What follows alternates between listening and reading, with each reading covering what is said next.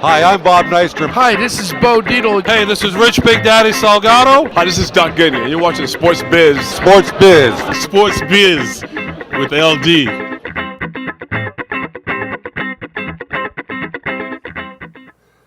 Sports fans, this is Sports Biz with LD. I'm Larry Davis, host of Sports Biz with LD. I got to tell you, David, I like the new opening, man. That was pretty cool. Hearing all those guys, and we're going to get more of that stuff, more of those kind of promos. Gotta love it. You can see more of that stuff on our website. You got to go on our website. Got a lot of stuff going on, really cool stuff on the website. Ticket giveaway, autograph giveaway, meet people, photos. I mean, it's just a very, very cool website you need to go on, sportsbizwithld.com. You could also go on Facebook, Sports Biz with LD, the Twitter, at Sports Biz with LD. Listen, go on there, check it out, talk to me, look at me, whatever. There's plenty of guys out there for you to look at.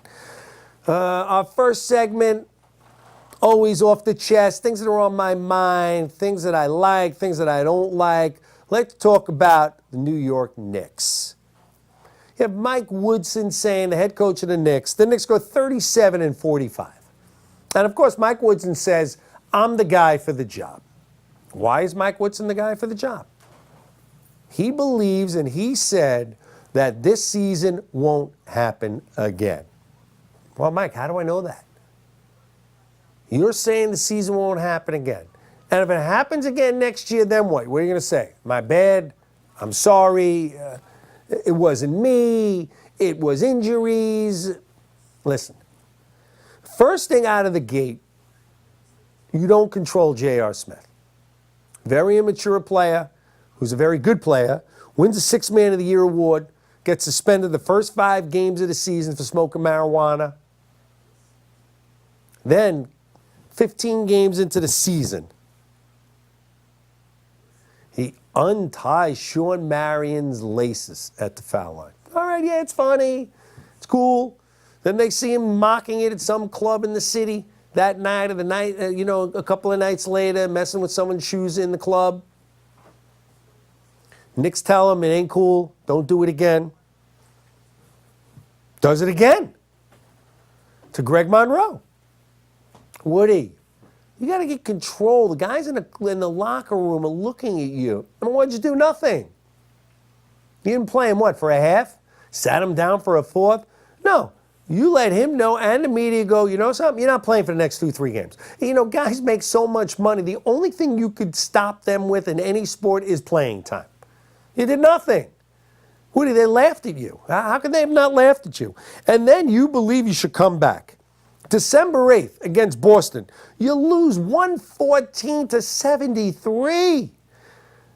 And my arithmetic, and I'm not that good at math, that's like 40 points. Then, on national TV, March 25th against the Lakers, you lose 127-96. Oh, by the way, Kobe does not play. So the greatest player on the planet does not play. And you let up 51 points in one period.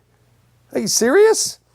And then against Phoenix, which was a surprise team of the year, and we had mentioned on the show earlier, that you think about Phoenix is 10 games over 500 and does not make the playoffs, and you want to get in the playoffs, and you're going to be 10 games underneath. You only had to win a couple more games and you would have been in the playoffs. And you lose to them 112-88. I don't know, Woody. I don't think you belong coaching the Knicks next year. And, I spoke to Walt Clyde Frazier about a week ago at the Pink Tie event at the Carlisle here in Long Island. Let's see what Clyde had to say about the Knicks. Hi, I'm Larry Davis, Sports Biz with LD. Whoa, Clyde Frazier. Clyde, what's happening, man? Yeah, kicking it tonight on Long Island for a very worthy cause. An excellent cause. Yeah, I got my pink on and symbolic of the occasion tonight, so. I saw you the other night at the Knick event. You did say you're going to be wearing that pink blazer. Right. I haven't worn it in probably a couple of years, so this was a good opportunity to do it. It's a big affair, man. I know it's going to be so big. Over 1,000 people. I mean, they started probably about a year ago, had 300-400 people. Now there's over 1,000 people here at this event at the Carlisle. Yeah, well, I told you not to tell them I was coming. I mean, it's I brought him out, I guess, huh? Well, I did hear you say the other night that you are the greatest, Nick, and we went back to that Game 7 where you had, what'd you have, a triple-double that night? Yeah, almost 36 and 19. Yeah. That's not too bad. No, that was one of the greatest 7 games of all time. But it was because of Willis Reed courage and, of course, the Knicks fans, the greatest fans in the world, catapulting us to the victory. Which many of them here tonight. Let's talk about our Knicks today. Clyde, what's going on? We're going to make the playoffs. What do you think? Well, the last 2 games we lost, so our playoff chances are in jeopardy right now, unless Atlanta continues to choke. But they beat the Pacers last night, so I think it's gonna be pretty tough now to get in the playoffs. And even with Carmelo hurt, Contour Mortgage is the main sponsor here tonight at the Pink Tie event. These guys just do a great job, as long as with First Equity. I mean, again, the whole real estate world coming together. Yeah. It's so ironic that Melo's carried the team all season, and now when they really needed him, he's kind of broken down, can't get his shots up, and just pretty pathetic at this point that you just have to ask yourself, what if they play this way early on? I mean, they squandered so many games at home, never capitalized on the home court opportunity, so they wouldn't be in this predicament.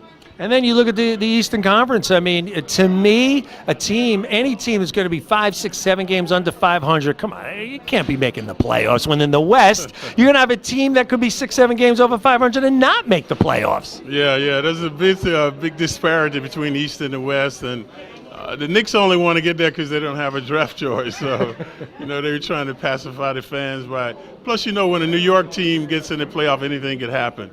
Because of the crowd, they could really get hot, and we were hoping that would happen this year.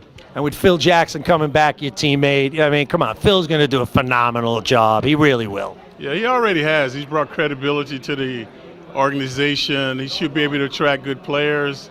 So now he just has to decide who's going to be the coach, because he's not the coach. So how is he going to implement his ideas and philosophy into the Knicks without being the coach? Well, Clyde Frazier, thanks for coming to the Pink Tie event here at the Carlisle here in Long Island. Thank you. Man. Appreciate Always a it. pleasure seeing you. That's right. You too, my man. Larry Davis, Sports Biz with LD. You heard it from Clyde himself. He used the word pathetic. Pathetic. Atlanta loses 17 out of 21 at one stretch at the end of the season, and the Knicks still don't take over. Woody, I'm sorry. You don't belong coaching this team. Phil Jackson comes along, the greatest winner in sports history, in any sport. Anybody.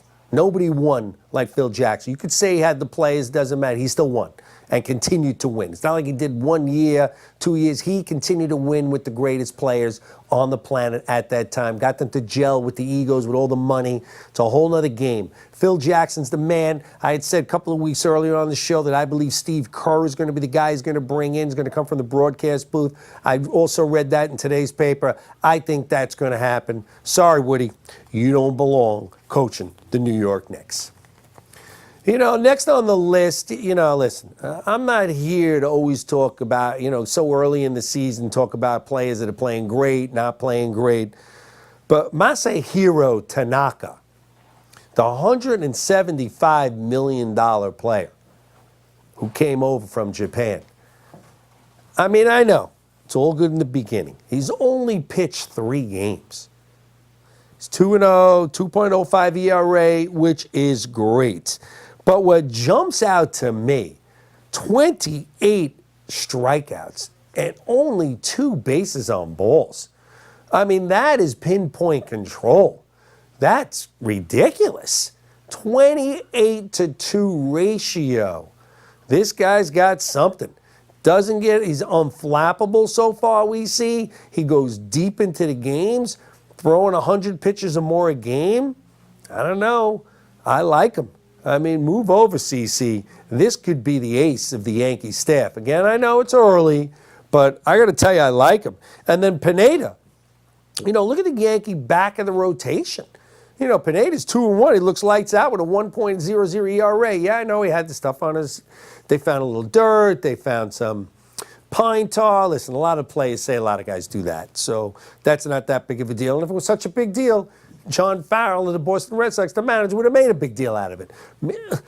Excuse me. Maybe he's waiting until, September when the games really matter to complain. But let me tell you, the Yankees, with that back end of the rotation, they're looking very, very good. Again, what I had said in the beginning of the year when we had Jim Leyritz on the show, my concern is how are the Yankees getting to the bullpen? Now, you had Sean Kelly go 4-4 in save situation, so it brings up a point. Is the end of the game reliever, and there's only one Mariano, but does it really matter? Do you really need to spend so much money on that guy? You use an example, Jim Johnson, who was with the Orioles, so the Orioles let him go, and the Yankees killed that guy anyhow. A couple of years ago, I think he had like 50 saves. Goes to the A's this year. He's like 2-2 or 1-2 and 2 blown saves. They took him out of the closer role already. And does that really matter? And then you look at the Yankees with Dave Robinson getting hurt already. Again, I look at the Yankees. I look at the bullpen. I think the bullpen is something of how the Yankees are going to get to the closer. It's early in the season. Can they continue to do what they're doing? The Yankees right now have the best record in baseball. They're 10-6 as we tape. Again, if you remember last year, Yankees were in first place too with a patchwork team and ended up way out of the playoffs, did not make the playoffs. So time will tell, especially when you spend $500 million to put a new team together. And then they got the injuries. Mark Teixeira's injured, Savelli's injured. We just said Robinson injured. But again, injuries are part of the game. So everyone's got them. So I'm not going to feel bad for the Yankees, but when you spend that kind of money, you got who's on your bench who can fill in. We all know the Yankee farm system is not there. I don't know who's on that farm system. So, but again, the whole thing I'm talking about, that Tanaka is very, very impressive to me. I really like him. Now let's get to New York Mets. There's always not much talk about the Mets, but remember, the Mets started out 0-3, got swept by the Nationals at home. Everybody, the cliff. Everyone's on the cliff. That's it. The Mets stink. What are we even going? Why are we going to watch them? As we tape today, the Mets are 8-7. Swept the Diamondbacks. And I know the Diamondbacks stink, but they swept them. They're 8-7. Here come the Mets. I mean, who knows where they could be? 8-7. As long as they stay competitive, people are going to go to the stadium. People are going to watch the Mets. They're watchable. And let's not forget, you want to talk injuries. Listen, they lost one of the best pitchers in baseball, Matt Harvey. And they're still going strong. And they have a farm system. Again, I'm not saying the Mets are going to overtake the Nationals or the Braves, but New York Mets at 8-7. Let's not all jump off the cliff. They're not that bad. I think they're going to win. I like that Sandy Alderson said they're a 90-win team. I like that. What's wrong with that? I think they're more 85-90, but I like it. And, I was with Doc Gooden a couple of weeks ago. I'd like to hear what Doc said about the Mets, see how Doc's doing. Let's go to the tape. Me and Doc Gooden about a week ago at the Pink Tie event, also at the Carlisle. Hi, I'm Larry Davis, Sports Biz with LD. My good buddy, Dwight Doc Gooden. Dwight, how you doing, man? Oh, everything's good. It's good to be here. It's always good to see you, my man. Oh, thanks, man. I appreciate that. Nice to see you, too. Pink tie. We both got it. We're matching a little bit. Yeah, we're both looking good tonight. How did you get involved with the Pink Tie with Rich and Mike Cave? I actually met Rich and Mike. I met them at Steiner's for a Christmas party, and we hit it off pretty well because they're telling me with Pink Tie what they do with breast cancer out of Long Island, and it hit close to home. My nephew Gary Sheffield, his dad lost 2 sisters and a mother to breast cancer, and I thought it was a great way for me getting involved. And then Long Island, where the percentage is so high, I was a resident. Right. I was a resident out of Long Island, doing my playing dates with the Mets for 12 years, so I just thought it was a perfect fit, and I'm happy to be a part. Oh, it is a perfect fit. I mean, it's just a shame what's going on here in Long Island, the level of breast cancer. But guys like you coming along, we got to love it. Now, I know also they hired you for First Equity. I think I had Rich on the show last week. I think he calls you the MVP there? Yes, MVP. I told him I got to have a title, so it's MVP, which is cool. It's like the marketing vice president. So, no, that's good. So just changing uniforms, for the baseball uniform. Yeah. Getting involved with corporate America for another good cause. So I'm looking forward to it. And today's April 7th, and I know today is the 30th anniversary. You started in Major League Baseball today, pitched against the Astros, jumped the fence. Talk to me, buddy. What happened that day? It was an amazing day. It is the 30th year anniversary. Opening day, your first big league start. You got the butterflies going. My parents was there. the bus wasn't leaving until 5 o'clock for 7:30 start. So about 2 o'clock, I just got too anxious and anxiety. I couldn't wait for the bus. So I actually found out from the concierge where's the stadium. He told me, and I walked about 3 miles. When I got there, I didn't know how to get in. So I jumped this 8-foot fence to get in. Now once I get in, security stopped me, and they want to see ID. And I'm telling them, do I good? I'm pitching. And the guy tells me, yeah, sure. So he had the walkie-talkie, called the front office, and they finally let me in when our trainers was there. But it was a tremendous night in the shutout with my family, and it started my career. And Stroy hit a home run that night. You got the win. They won 3-2, right? Yes, 3-2. That's very good. 1-3-2. I did a little homework, buddy. Oh, I see. You're on top of it. It was a good day. Great first start. It is great. And, you know, again, here at the Pink Tie, I gotta love you having you, and I can go on for a long time. I really appreciate you coming on, Doc. Oh, thanks for having me. Always good to see you. My pleasure. Thank you. Doc Gooden, Larry Davis, Sports Biz with LD. Gotta love Doc Gooden. Listen, he's one of the few guys who go both ways, Yankees and Mets. Him, Darryl, David Cohn, you know, played and excelled for the Mets and the Yankees. And you gotta love what Doc said. And then bring it back 30 years ago, that's when Doc, you know, pitched his first game in the Astrodome. The Astrodome's not around anymore. So everybody young out there, you have no idea what the Astrodome was, but Astrodome held a lot of big games. One of the biggest collegiate NCAA games ever. Had the Bobby Riggs, Billie Jean King men versus women tennis tournament, which, you know, Billie Jean King just wiped the floor with him, but he was 20 years older, but still. But, you know, love Doc Gooden. I mean, big fan of his and vice versa. Him and I know each other for a long time. And now let's get to the Jets. You know, quietly and methodically, Rex Ryan and John Idzik are making moves. They signed Chris Johnson to Tennessee Titans. Hey, listen, he's one of the best running backs in the NFL. Signed him to a 2-year deal, $8 million guaranteed, another $1 million he can get in incentives. I like it. I like it a lot. You know, now the Jets have a 3-headed monster, quote unquote, over at the running back situation. See if Geno can make it. You got Michael Vick. They need a receiver. I like the move of Chris Johnson. Chris Ivy in the backfield with him. Bilal Powell, Mike Goodson, who tore his ACL, and MC. I think he tore up his knee really bad, but I like what the Jets have. I think the Jets got a shot. They haven't made the playoffs in the last 3 years. So, again, it'll all be about the quarterback. With them having Michael Vick, it's going to be interesting. But, again, I've said it before on the show. I'm not a fan of Rex. You know, Rex, I haven't made the playoffs 3 straight years. I don't see why you're going to make it this year because of your coaching. It's going to be all about the players. And you ever talk to anybody, it's all about the coaching. You know, I sat down with Shane Spencer. We're going to get to that interview in a minute. I want to thank the Rampart Group, one of our sponsors. Appreciate you being a part of our team here. You're in business. Your team's in business over 40 years. 40 years in business. Any insurance you need, except title insurance, health, life, annuities, they got it all. Located in Lake Success, but that doesn't mean it. They're all over the country. They'll go anywhere to get your business, and they do a very good job. Always answer the phone, always get back to you. You know when you need your insurance guy, that's when they're hiding. These guys do not hide. They are always there for you. Over 250 agents at the Rampart Group. I know them personally. I appreciate being a part. You can find them on the web, rampartinsurance.com. I had a chance to interview a good friend of mine, Shane Spencer. He only won 3 World Series titles with the Yankees. Unfortunately, couldn't be live on the show with us, but he did say he will sit in with us one day when he comes. Right now, he's with the Somerset Patriots.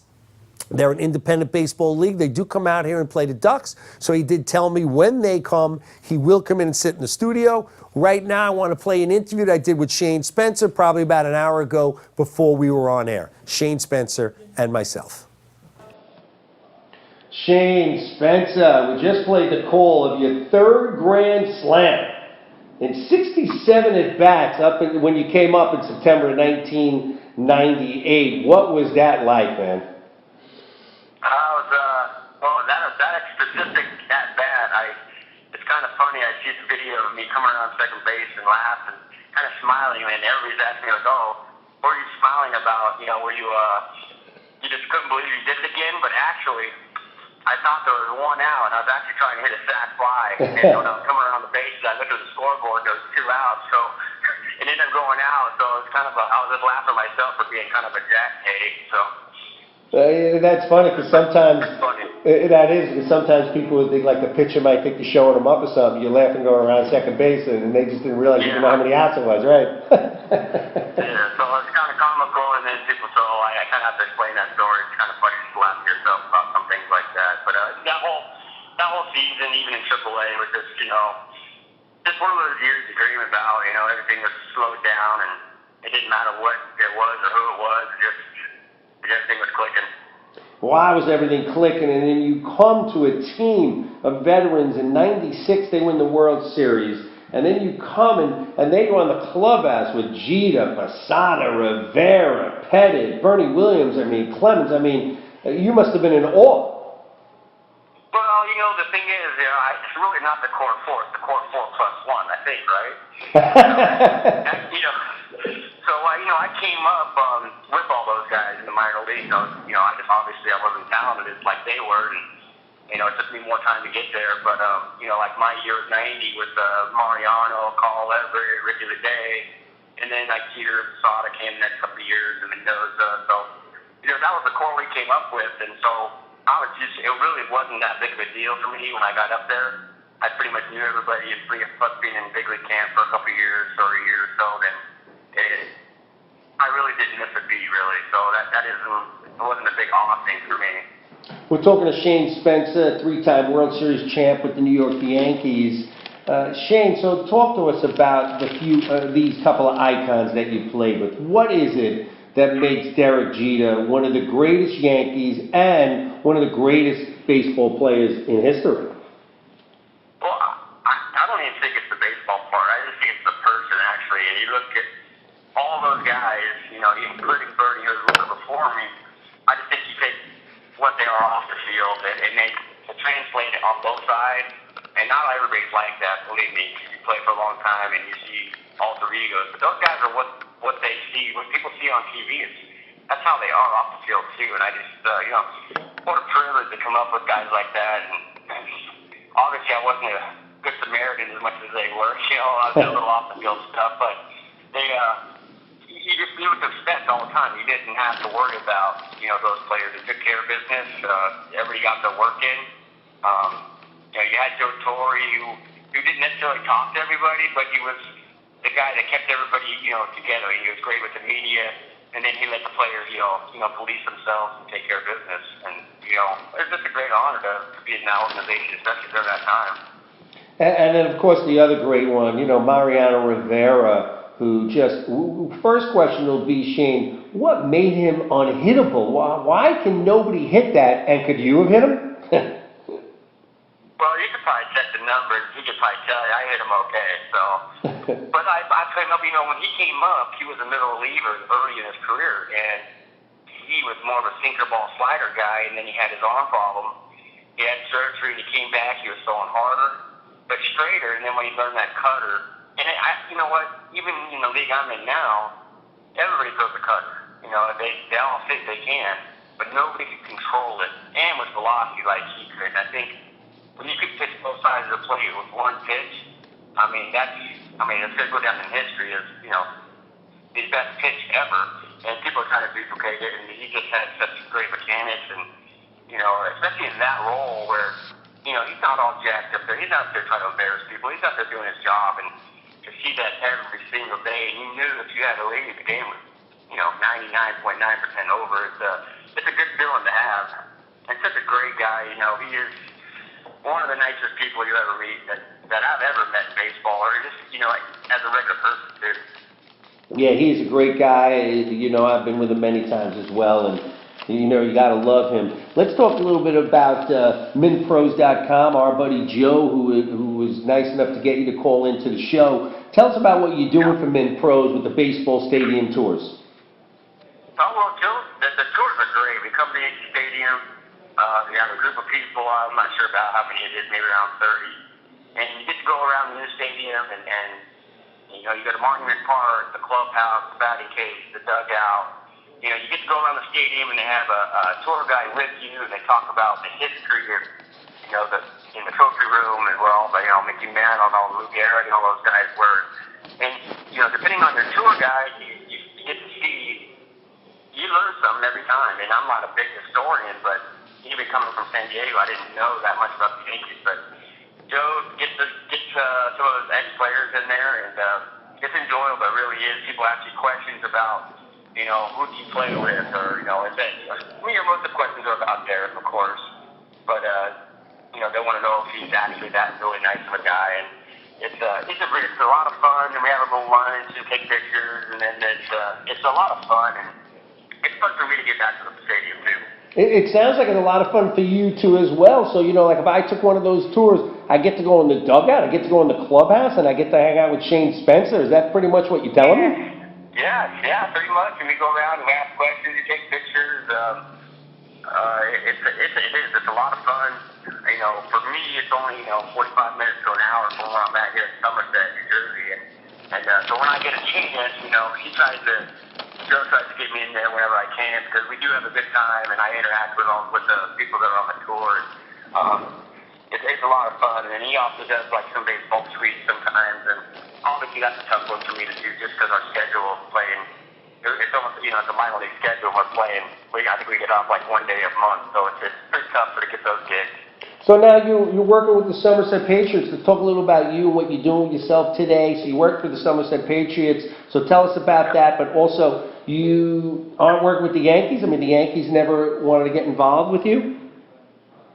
You know, I came real close. I interviewed for a pro scouting job this year with the Yankees, and 8 of us interviewed for it, and they came down to me and one other guy, and they took the other guy, same experience as me, and they went with him because of demographics. He lived in the Northeast. That's what they wanted somebody covering that area.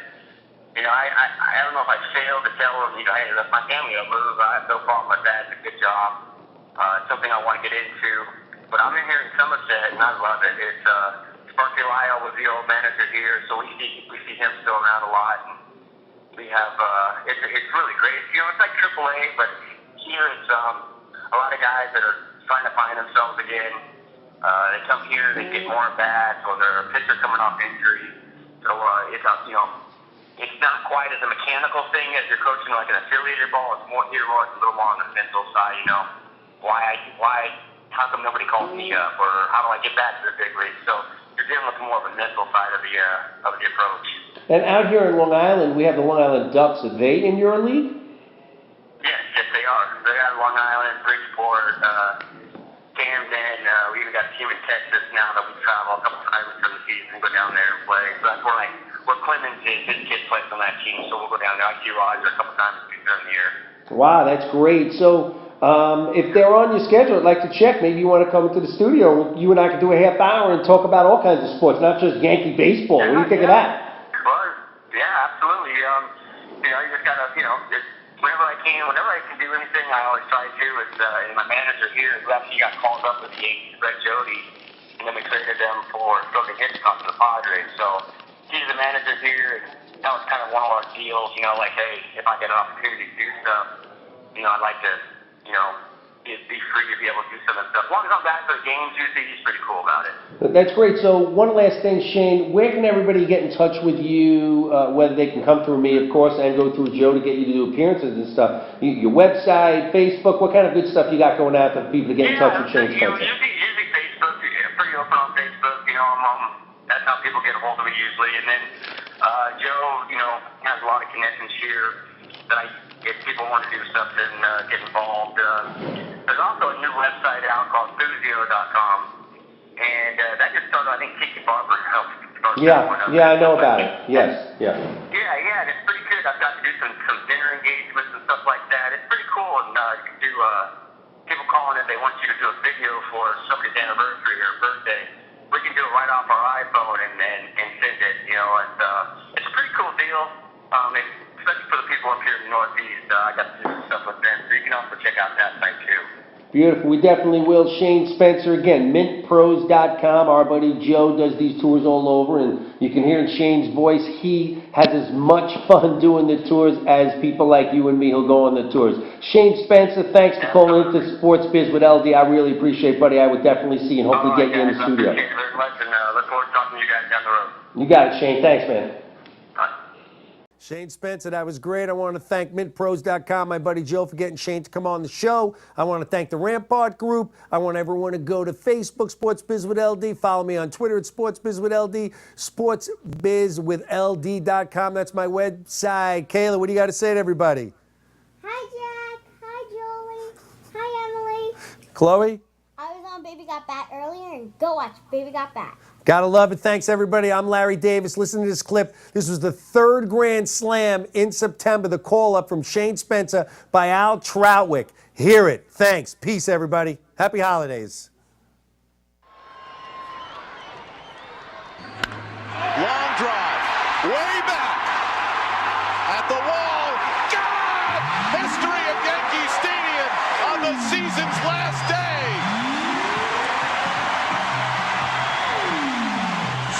Spencer's third Grand Slam as a rookie.